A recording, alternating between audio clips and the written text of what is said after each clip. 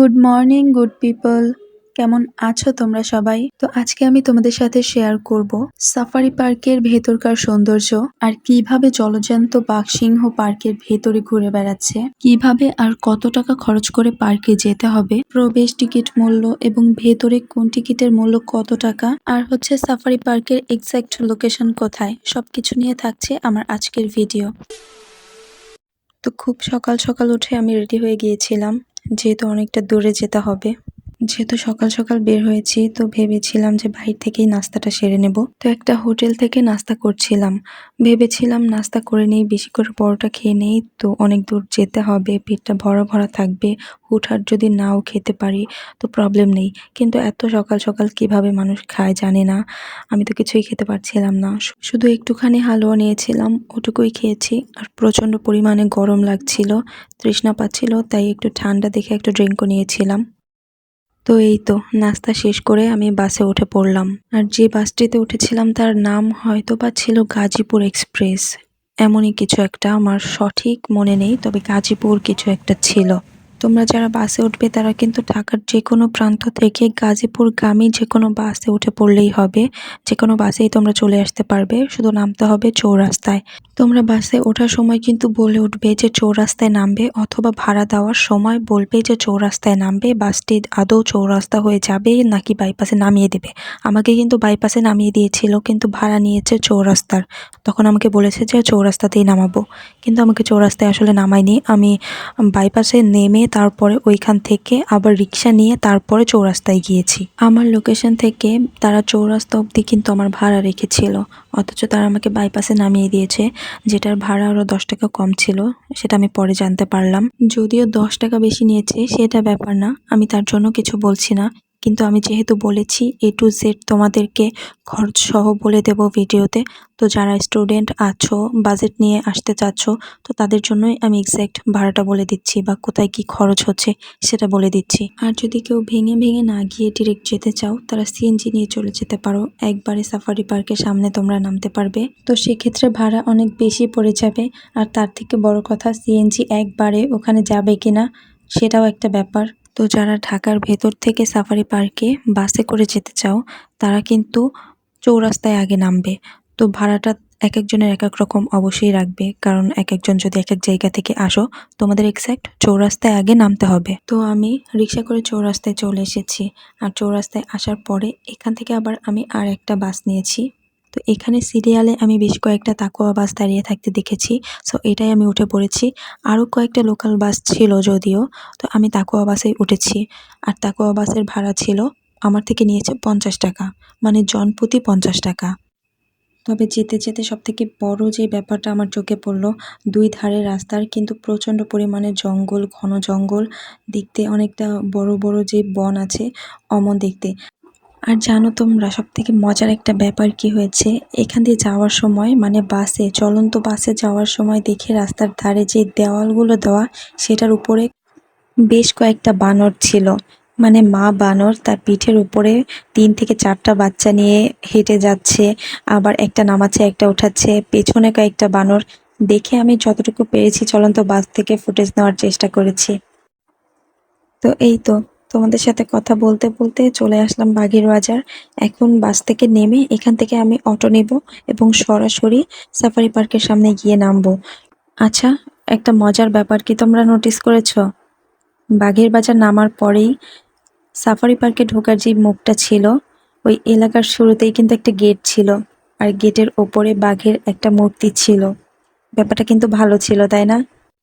তোমাদেরকে পার্কের সৌন্দর্য আমি কি দেখাবো, আমি তো তার আগে এই এলাকার সৌন্দর্য দেখে মুগ্ধ হয়ে গিয়েছি। সবকিছু মিলে গ্রামটা আমার ভালোই লেগেছে। তো এরপর আমরা পার্কের সামনে চলে আসলাম। মেইন গেট থেকে অনেকটা দূরেই অটো থেকে নেমেছিলাম, কারণ টিকিট কাউন্টার ছিল অনেকটা দূরে গেট থেকে। আর গেটে প্রবেশের জনপ্রতি মূল্য কিন্তু ছিল 50 টাকা করে। অ্যাট লাস্ট ভেতরে ঢুকলাম, আর ভেতরে ঢুকে কিন্তু আমি অনেকটাই অবাক হয়ে গিয়েছি। বাপরে বাপ, অনেকটা বড় রাস্তা, মানে ভেতরের জায়গাটা তো অবশ্যই অনেক বড়, কিন্তু হেঁটে ভেতরে সেই আবার কাউন্টারের কাছে যেতে হবে অনেকটা দূরে, প্রায় 10 মিনিটের মতো লেগেছে হেঁটে যেতে, ভালোই দূর। তারপর আবার আমি হচ্ছে গিয়েছি একদম সকাল, সকাল। মানে একদম সকালও না, ১০টা ১১টা বেজে গিয়েছিল। তো একদম রোদ ছিল মাথার উপরে, কড়া রোদ। রোদে পুরো একদম যা-তা অবস্থা হয়ে গিয়েছে। তবে একটা ব্যাপার ভালো ছিল যে সকাল, সকাল গিয়ে আমি একটু ভিড় কম পেয়েছি।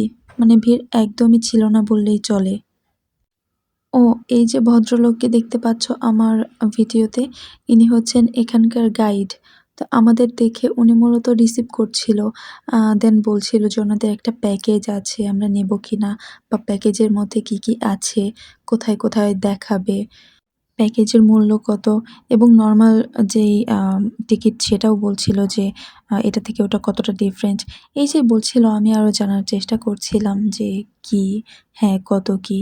তারপরও আবার বললাম যে ঠিক আছে, মাত্র আসলাম যখন একটু ঘুরে দেখি আমি, দেন তারপরে আপনাকে জানাচ্ছি। দেন এটা বলেই আমি তার থেকে বিদায় নিয়ে আমার মতো করে সামনে গেলাম। দেন দেখতে পেলাম তাদের বোর্ডে কি, কি নোটিশ দেওয়া আছে। তো এই পার্কের মূলত ২ টা সাইড রয়েছে।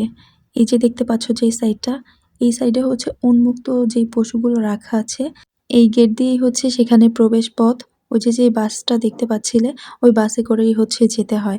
আর অন্যদিক যেটা, সেটা হচ্ছে খাঁচায় বন্দি যেসব পশু-পাখি আছে সেইগুলো। তো আমি আগে সেই সাইডটাতেই যাচ্ছিলাম। আমার প্ল্যান ছিল আগে এই সাইডটা দেখে কভার করব। দেন যাবার আগে বাঘ, সিংহ সাফারি মূলত যেটা, ওইটা দেখতে যাব।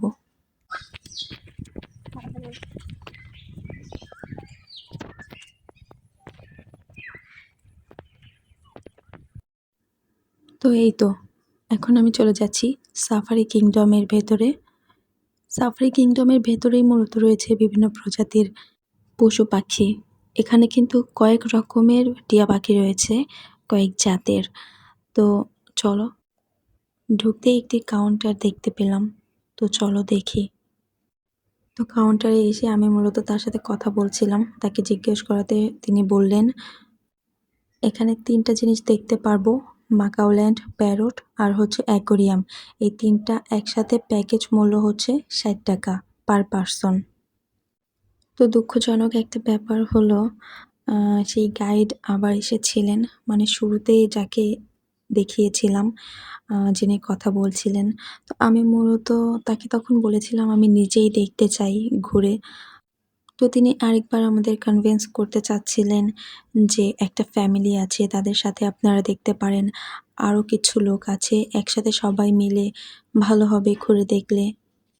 অ্যাকচুয়ালি আমি প্যাকেজ নিতে চাচ্ছিলাম না। কারণ যে ব্যাপারটা ছিল প্যাকেজের, যে অনেকগুলো লোক একসাথে গাইড, মূলত হচ্ছে টুরিস্ট গাইড যেমন হয়, ট্যুরে যেমন হয় একসাথে প্রায় ১৫-২০ জন, ২৫ জনও হয়ে যায়। তো তাদের নিয়ে একসাথে যেতে হবে।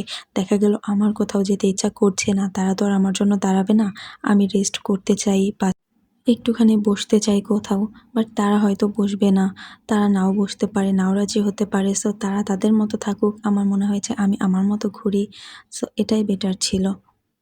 তো এইজন্যই আমি ২য় বার আরকি লোকটাকে আবারও না করেছিলাম। তো না করে আমি চলে আসলাম পাখিগুলোর কাছে। কি সুন্দর দেখো, মাশাআল্লাহ! কতটা সুন্দর আল্লাহর সৃষ্টি, তাই না? এই পাখিগুলোর নাম ছিল সম্ভবত মাকাওল্যান্ড। জোড়ায়, জোড়ায় বসেছিল। কয়েক জায়গায় ঝাঁক ধরে বসে খাচ্ছিল দেখো। আমি যখন আসলাম তখনই ওদের খাবার দিচ্ছিল, দেখতে পেয়েছি। তো একসাথে এসে সবাই মিলে খাচ্ছে। তো এমন হচ্ছিল আমি যখন ভিডিও করছিলাম বা আমি ওদের ইশারা করছিলাম, ওরা কিন্তু উড়ে এসে একদম শকুনের মতো করে আমার মাথার কাছ দিয়ে চলে গিয়েছিল। তো একটাতে আমি প্রচুর ভয় পেয়েছিলাম যে আল্লাহ চোখে ঠোকর না মারে বা মাথায় ঠোকর না মারে, এমন হয়েছিল। ভালো হতো যদি হাতের উপর বসতো বা কাঁধে এসে বসতো। বাট ওরা তো তেমন না, শিকারি না আসলে। তো এইজন্য আর রিস্ক নিয়ে বেশিক্ষণ ওদের কাছে ছিলাম না। একটুখানি ফুটেজ নিয়েই আমি চলে যাচ্ছিলাম প্যারোটের ওই সাইডটাতে। বাট একটা পাখির ডেরা থেকে আরেকটা জায়গায় যেতে দেখো, লোহার শেকল দিয়ে তারা দরজা করেছে। কি ইন্টারেস্টিং ব্যাপারটা। কিন্তু অনেক ভারী ছিল। আমার কিন্তু অনেক কষ্ট হয়েছে মূলত এটা সরাতে। মুখের এক্সপ্রেশন দেখে যদিও তোমরা বুঝতে পারছো না, একটু ভাবসাব নিচ্ছিলাম ভিডিওতে। কিন্তু আমার অনেকটা শক্তি ক্ষয় হয়ে গিয়েছে। বাই দ্য ওয়ে, এখানে মূলত অতটাও পাখি ছিল না। যাও ছিল যদি সামনাসামনি দেখো তাহলে হয়তো দেখতে পাবে যতটুকু। বাট ক্যামেরায় ওইভাবে আহামরি যে ঝাঁকে, ঝাঁকে পাখি আসবে এমন ব্যাপার ছিল না। তারপরও যে কয়েকটা পাখি ছিল, এই পাখিগুলো কিন্তু মূলত টিয়া পাখি। বিভিন্ন জাতের, কয়েকটা কালার ছিল। দেখতে কিন্তু বেশ কিউট লাগছিল পাখিগুলো। আমি এখানে নিচে বসে কি করছিলাম বলো তো? ঢিল খুঁজছিলাম। ঢিলও না, মূলত ছোটখাটো কিছু হয়তো, বাঙালি বলে কথা। একটু যদি খোঁচাখুচি না করি আসলে হয়। ভাবছিলাম যে ওদেরকে যদি কিছু ছুঁড়ে মারি ওরা একটু উড়ে এসে এখানে বসবে। এখন ওদেরকে দেখতে আসলাম, তাও এত সকাল সকাল এত দূর থেকে এত কষ্ট করে। ওরা যদি এত দূরে দূরে থাকে কি করে হয় বলো? কষ্ট লাগে না? জোড়ায় বসে আছে কি সুন্দর দেখো, মাশাআল্লাহ কত কিউট, কত সুন্দর। আর তোমরা কি আরেকটা সুন্দর জিনিস শুনতে চাও? কি শুনলে তো? কেমন লাগলো বলো তো? আমি কি বুঝিয়েছি?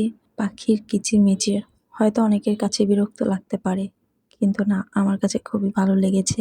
তাই তোমাদের সাথে একটুখানি শেয়ার করলাম। সব ভিডিওতে তো মিউট করা ছিল। একে দেখো, এর অবস্থা দেখো, কি ফাজিল পাখি, মানে উল্টো হয়ে ঝুলছে, চিন্তা করা যায়? আর আমি এটা দেখে চিল্লাচ্ছিলাম যে কিভাবে ঝুলছে। আসলে এই ব্যাপারটা অনেক ফানি ছিল, মনে হচ্ছিল আমাদের খেলা দেখাচ্ছে। ও দুই হাত ওপর দিকে দিয়ে শুধু দেহটা দিয়ে এইভাবে ঝুলছিল। তো এরপরে আমি চলে আসলাম অ্যাকোরিয়ামের কাছে। মূলত আমাদের ৩টি টিকিটই কাটা হয়েছিল। সো দুটো পাখি দেখলাম। এখন এসেছি অ্যাকোরিয়ামের কাছে। চলো তোমরাও দেখে নাও কি কি মাছ আছে অ্যাকোরিয়ামে। কি মাছটা কেমন? অনেকটা তেলাপিয়া মাছের মতো না? কিন্তু মাছটার নাম হচ্ছে অ্যালবিনো অস্কার। তো এরপরে দেখো এই মাছগুলো কত সুন্দর, ডোরা কাটা, কই কার্ভ। এরা মূলত অ্যাকোরিয়ামের গায়ে মাছের নাম লিখে দিয়েছে যাতে চিনতে সুবিধা হয় এবং নাম জানা যায়। কিন্তু দুর্ভাগ্যবশত এই মাছটার নামই নেই, তাই তোমাদেরকে বলতে পারলাম না। আমার জানা নেই নামটা কি। আর তাছাড়াও আমি কখনো দেশি মাছ দেখলেই ঠিকঠাক মতো নাম বলতে পারি না। আর এগুলো তো এখানে দেখো কমেট গোল্ডফিশ এবং বাটারফ্লাই, এই ৩টি মাছ একসাথে আছে। এই যে যেটা দেখতে পাচ্ছ লাল লাল, এটাই হচ্ছে গোল্ডফিশ। ওগুলো তো ছোট ছিল, জাস্ট এটা দেখো, মাশাআল্লাহ। আমি জাস্ট, ভাই, এত সুন্দর মাছটা, গোল্ডফিশ যেটা। আর এটা দেখো অনেকটা ওই যে সিলভার কাপের মতো। মানে আমি কিসের সাথে কি তুলনা করছি? আচ্ছা যাই হোক, দেখতে যেমন আমি তো তেমনই বলবো, তাই না?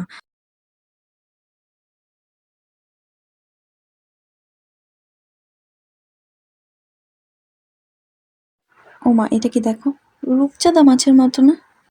এটা হচ্ছে রেইনবো শার্ক। এই যে দেখো, পাঙ্গাস, একদম পাঙ্গাস।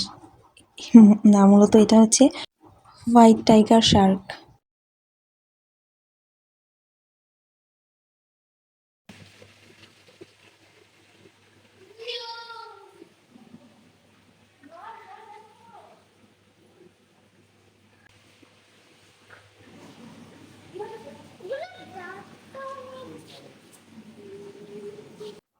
না, না, এটা হাসছি মূলত কিন্তু আমি একটা দুর্ঘটনার কারণে। তো ব্যাপারটা হচ্ছে, একটা আপু আর আমি মুখোমুখি, মানে উনিও যাচ্ছে আমিও আসছি, আবার উনি আসছে আমি আসছি, এমন এমন একটা ব্যাপার হয়ে যাচ্ছিল। সো কেউ যেতে পারছিল না, উনি পেছন দিয়ে যেতে গিয়েছিল। দেন আমি বললাম যে না আপু, আমি ওই টাইমটা বলারও সুযোগ পাইনি যে আমি কিন্তু সেলফি ক্যামেরা ধরেছি। সো উনি পেছন দিয়ে যেতে গিয়ে দেন দেখলো যে না ঠিক আছে। পরে এই নিয়ে একটু হাসাহাসি হচ্ছিল আর কি। দেন অ্যাকোরিয়াম থেকে বের হয়ে গেলাম। এখন যাচ্ছি হচ্ছে 9D মুভি দেখার জন্য।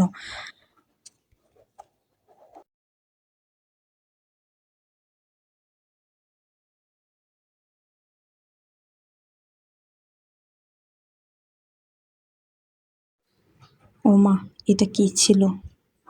মানে এটা কিন্তু একটা হরর মুভি দেখতে বসেছিলাম। সো ব্যাপারটা এমন ছিল যে প্রথমে সাউন্ডটা শুনে খুবই ভয় লাগছিল, কেমন গা একটা কাটা দিয়ে উঠছিল। কিন্তু ফাইনালি যখন এই যে দেখতে বসলাম, মানে আমার কাছে কি মনে হচ্ছিল জানো? আমি বাচ্চাদের কার্টুন দেখতে বসেছি ভাই, মানে ফানি কার্টুন, তাও একটু ভয় লাগছিল না আমার, বিশ্বাস করে একটুও ভয় লাগছিল না। সো আমি মানে আরও মজা পাচ্ছিলাম, হাসাহাসি করছিলাম। সো এই তো তোমাদের সাথে একটুখানি ক্লিপ আমি শেয়ার করলাম। হল থেকে বের হয়ে মূলত আমি এটা নিয়েই কথা বলে যাচ্ছিলাম যে একটু ভয় পাইনি। কি দেখলাম, এর থেকে অ্যাডভেঞ্চার কিছু দেখতাম, সেটাই ভালো ছিল। ভূত দেখবো যদি ভয়ই না পাই। তো দেখো হাঁটতে হাঁটতে আমি কি করছি, ফুল টোকাটুকি করছিলাম। তো দেখলাম রাস্তার ধারে এইটা কি ফুল, মিনি সানফ্লাওয়ার। তো এটাই, আমি যদিও নাম জানি না, সূর্যমুখীর মতোই দেখতে কিন্তু সাইজে একটু ছোট। তো এটাই নাম দিলাম আর কি। তো ফুলটা ছিঁড়ে একটু কানে নিয়ে ভাবসাব নিয়ে হাঁটছিলাম জঙ্গলের ভেতর দিয়ে ভাই। হাঁটতে হাঁটতে পুরো পা ব্যথা হয়ে গিয়েছে, অনেকটা দূর হাঁটছি। আর ভাবছিলাম যে কেন যে তখন গাইডের কথা শুনলাম না, প্যাকেজটা নিলে আরামসে বাসের মধ্যে বসে বসে যেতে পারতাম। যাই হোক, কি আর করার, হাঁটতে থাকি, দেখি কত দূর যাওয়া যায়, কত দূর আছে আমার গন্তব্যে পৌঁছানোর। আর হাঁটতে হাঁটতে তেমন কিছুই না, অ্যাজ ইউজুয়াল পোস্টা খেলাম, মানে জুতা রেখেই চলে যাচ্ছিলাম। তো হাঁটতে হাঁটতে অবশেষে দেখা মিলল কিছু তো একটা। এটা জলহস্তির পুকুর ছিল, মানে এই পুকুরের মধ্যে জলহস্তি ছিল, হোয়াট এভার। তো ওই যে দেখো মাথা দেখা যাচ্ছে মনে হয়, এর থেকে বেশি ওরা উঠলো না, দেখতেই পারলাম না ভালো করে। অনেকটা দূরে ছিল যদিও, দুইটা মনে হয় ওদিকে গিয়ে ওরা কি জানি পার্সোনাল আলোচনা করছিল। সো ওরা আর এদিকে আসলো না, তো ভালো করে নিতে পারিনি, যতটুকু দেখার দেখলাম আর কি। দেখে দেন দেন যাচ্ছিলাম মূলত ঝুলন্ত ব্রিজে। ও ও, দেখো দেখো, ভালো জিনিসের দেখা পেয়েছি। আর কিছু দেখতে পাই না পাই, আসল জিনিস কিন্তু দেখে ফেলেছি, কি বলো? এদিকটায় আসার পরে প্রথমে ভেবেছিলাম এই ব্রিজটাই হয়তো ঝুলন্ত ব্রিজ। তারপরেই গার্ড যিনি ছিলেন উনি বললেন যে না, এটা না, এটা হচ্ছে এমনি ব্রিজ একটা, আর ওই পাশে হচ্ছে কটেজ, মানে হচ্ছে পার্কের ভেতরে যারা জব করেন এনাদের কোয়ার্টার ছিল এখানে। আর ব্রিজও এটা না। শোনা মাত্রই পাশে একটা বেঞ্চের উপর বসে পড়েছি ভাই, আর কিচ্ছু করার নেই। আমি আর ব্রিজ দেখতে চাই না। যে পরিমাণে হাঁটা হেঁটেছি, আমার মনে হয় না জীবনে কোনোদিনও আমি একসাথে এত পরিমাণে হেঁটেছি। জাস্ট আর হাঁটতে পারছিলাম না বলে, না হলে অনেক কিছু দেখার মতো ছিল যেগুলো আমি মিস করে গিয়েছি। হাঁটার শক্তি নেই, তাই এখন বাসে করে বাঘ হাতি দেখতে যাচ্ছি, না সরি সরি, বাঘ সিংহ দেখতে যাচ্ছি। তো যাই হোক, তোমাদেরকে আমার একটা সাজেশন দেওয়ার আছে, মানে হচ্ছে যারা সাফারি পার্কে আসতে চাও বা এরপরে যারা আসবে, অথবা আমার ভিডিও দেখে যারা এরপরে আসবে, সো তাদেরকে একটা কথাই আমি বলবো, তোমরা যদি হাঁটতে না পারো, মূলত ভেতরের সবকিছু খুঁটিনাটি দেখতে চাও, যদি হাঁটতে না পারো তোমাদের একটা প্যাকেজ নেওয়াই ভালো। মানে যে কোনো গাইডের মাধ্যমে একটা প্যাকেজ নেবে, তারা গাড়িতে করে তোমাদের দেখিয়ে দেবে। আর যদি মনে হয় না নিজেদের মতো করে দেখবে, একটু একটু করে হেঁটে রেস্ট করবে, দেন নিজেদের মতো করে দেখবে, অত গ্যাদারিং এর মধ্যে যাবে না, তাহলে আমার মনে হয় তোমরা নিজেরাই ঘুরো, ঠিক আছে, ব্যাপার না। সুযোগ করে দিবেন।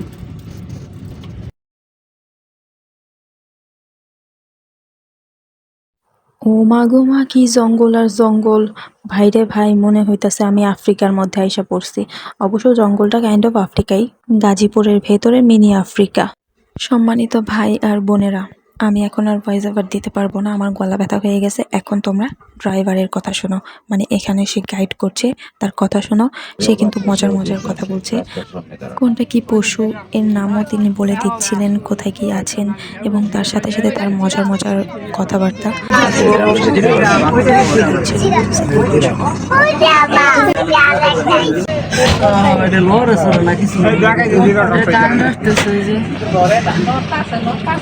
লোর বোর্ডা খেললে গিয়ে এটা তো বুঝি না।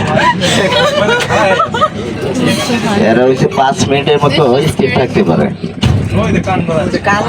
কানের মধ্যে খালি চার্জ আছে, এই জন্য লড়তেছে মনে হয়। ওই যে বাম পাশে ছোট বাচ্চা সব আছে, বাম পাশে লেফট সাইডে, সামনে বাম পাশে ফলো করবে। সামনে বাম পাশে বড় সাইজের যে প্রাণীটা আছে এটার নাম হচ্ছে গয়াল। ওই গয়াল হচ্ছে বাংলাদেশি পাহাড়ি গরু। আর যেগুলা অ্যাশ কালার এবং ব্রাউন কালার দুটোটা হচ্ছে নীলগাই।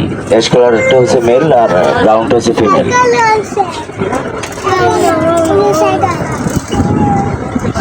আর যেটা যে সেটা নিচে এই খাবারের পাত্র এখানে আছে অন্য কালারের, এটা হচ্ছে সাম্বার হরিণ।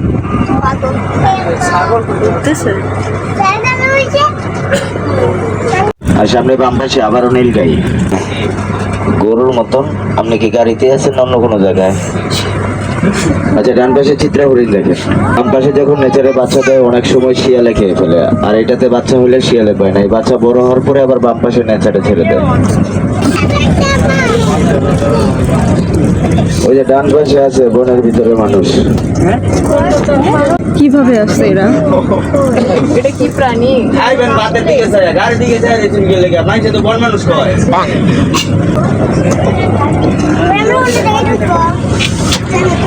আমরা হরিণ সাফারি শেষ করে প্রবেশ করব কালো ভাল্লুক সাফারিতে।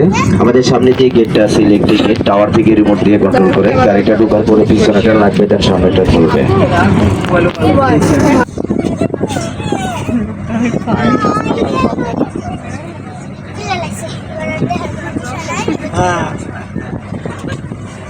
ডান পাশে কালো ভাল্লুক সেটের নিচে।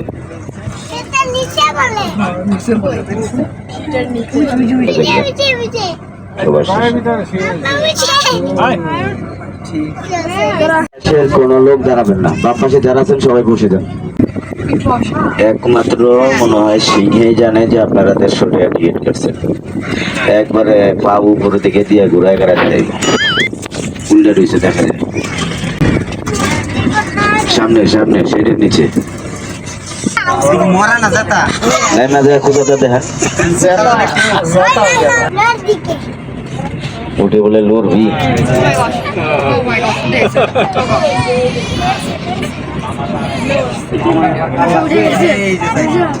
একবারে দেখ না, চুল টুল কালার করে বসছে।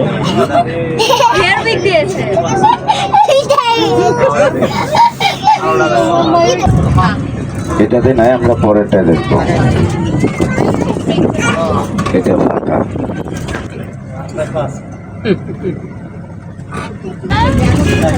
আর কি চাও তুমি?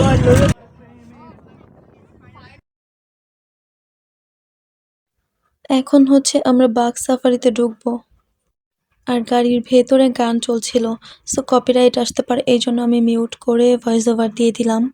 তো বাঘ ছিল অনেকটা দূরে, দেখা যাচ্ছিল না।